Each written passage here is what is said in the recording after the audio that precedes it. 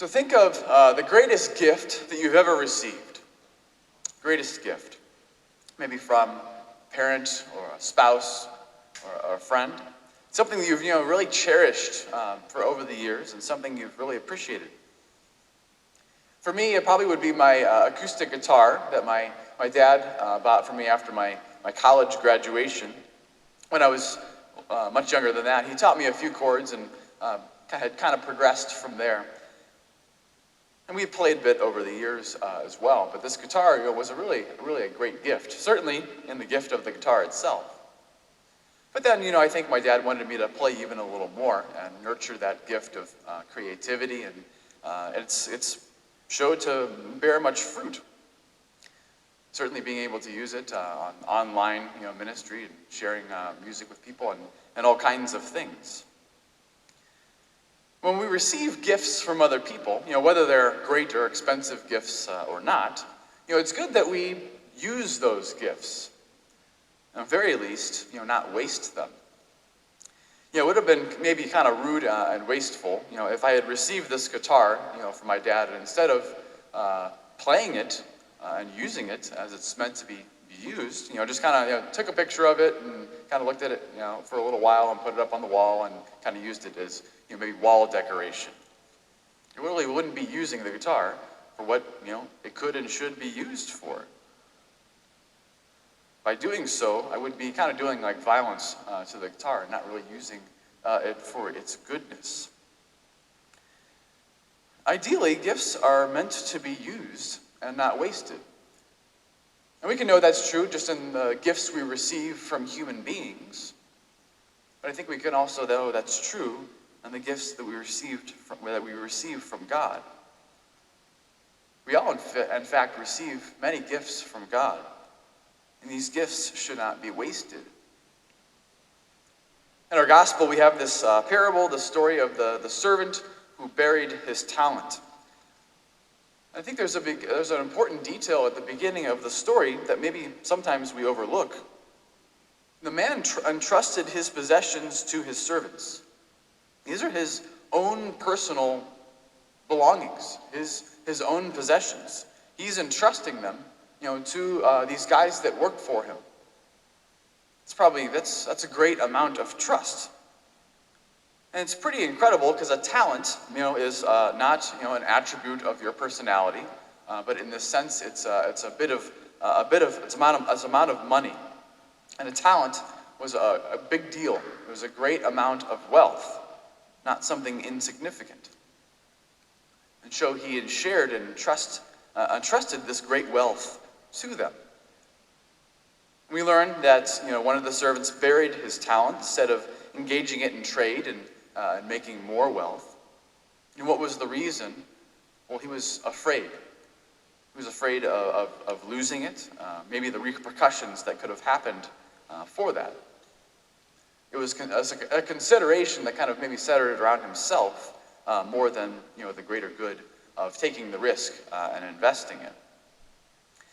And then we hear at the end of the story, the servant ends up losing all in the end. The master comes back and takes what he has because he has misused it, and he's let fear kind of control his life and his situation.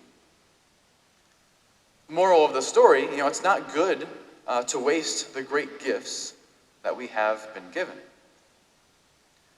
So we can maybe think about our lives and ask, well, what have I been given? And if we're humble, that's probably a pretty long list. We live in a great country with many blessings of safety, security, and comfort. But I want to kind of focus on three gifts I think that we receive from God that are massively important and even miraculous.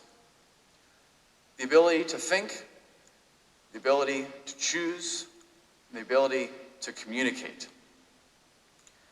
These are uniquely, human gifts, and the way that we are able to use these capacities as human beings. No other creature in the universe can do what we do.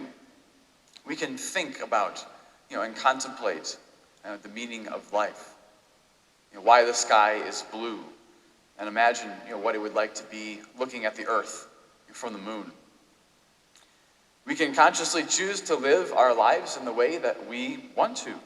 We can choose the flavor of ice cream, that we want to eat, the movie that we watch, or who we're going to wed the rest of our lives to. We can not only communicate with other people around us, certainly just on an everyday to day level, but we can enter into meaningful conversations that maybe change the course of the day, the week, the rest of our lives, depending on what we are talking about and sharing with another person. But not only other people, but we can communicate with God. That as Christians, we believe that we can communicate with the one who has brought us life and redemption. We call this prayer. These are great and miraculous gifts, worth more than any amount of money. And if we engage and use these gifts to their greatest potential, I think we can receive a return. We can come to know what it means to be human and the joy of just existing. Well, not just of existing, but of living. So what is the challenge? Well, I think maybe at times we're tempted to waste these gifts or to bury them. Could be because of different reasons, maybe a certain amount of laziness or misplaced priorities. I think we can be tempted to waste our ability to think by quickly choosing to just veg out in front of the TV, in front of social media, when we could do something restful and productive. Just scrolling, to no end. These things aren't bad, and it's good to rest. But certainly over a weekend, are we spending more time on the TV, or are we spending time doing something that's really restful? We can waste our ability to choose, constantly impulsively, following our own desires, our own needs at once from moment to moment. And instead of considering, what do others need? Instead of, a rash, spending spree on Amazon, which they make very convenient, with one-click buying or one swipe buying. After we get a work bonus or someone gifts us something, are we thinking about what we're going to buy for ourselves? Or do we think about who is in need in my life? And how can I use this for good?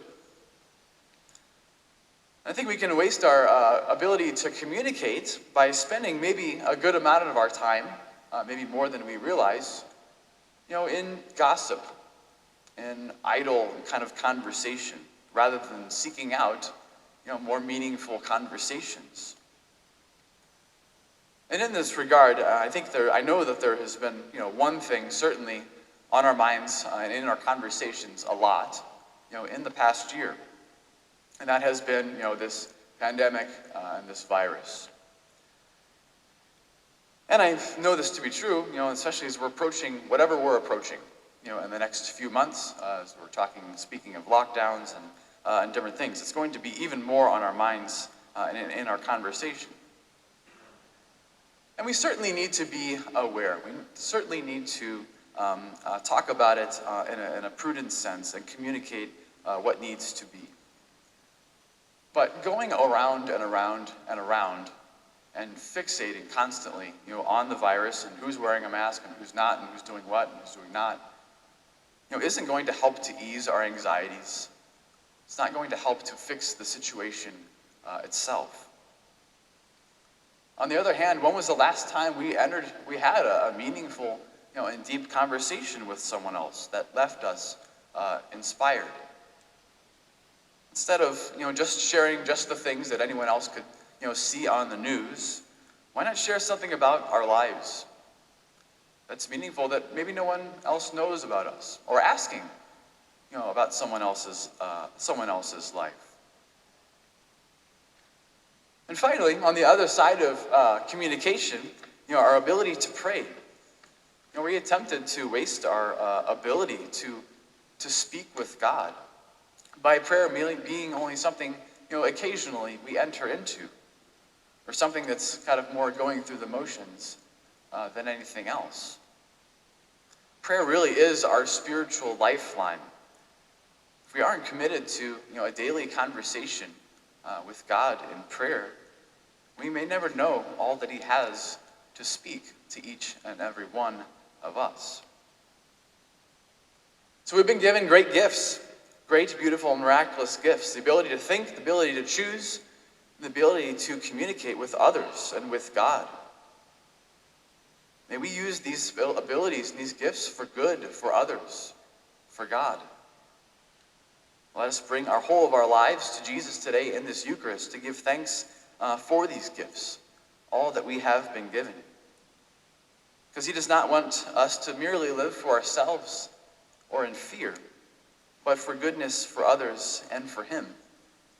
And it's in doing that that we will be fully alive.